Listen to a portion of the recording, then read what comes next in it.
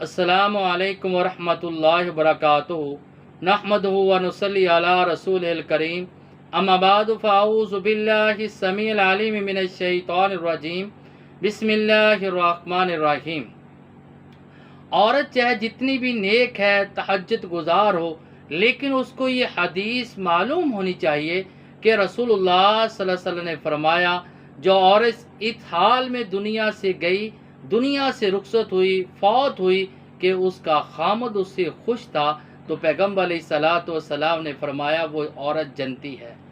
اسی طرح صحیح جامع کی حدیث ہے، حدیث نمبر ہے 660 کہ رسول اللہ صلی اللہ علیہ وسلم نے فرمایا دو قسم کے لوگ ایسے ہیں جن کی نماز قبول تو کیا ان کے سر کے اوپر بھی نہیں جاتی۔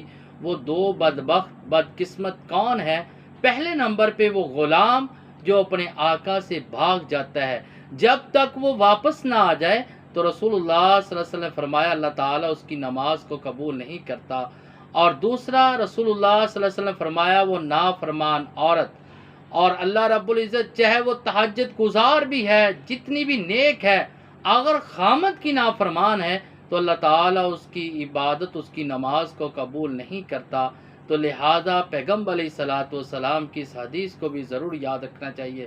اللہ تعالیٰ سے دعا کہ اللہ تعالیٰ ہمیں اس پر عمل کرنے کی توفیق عطا فرمائے۔ وما علینا الا البلاغ المبین۔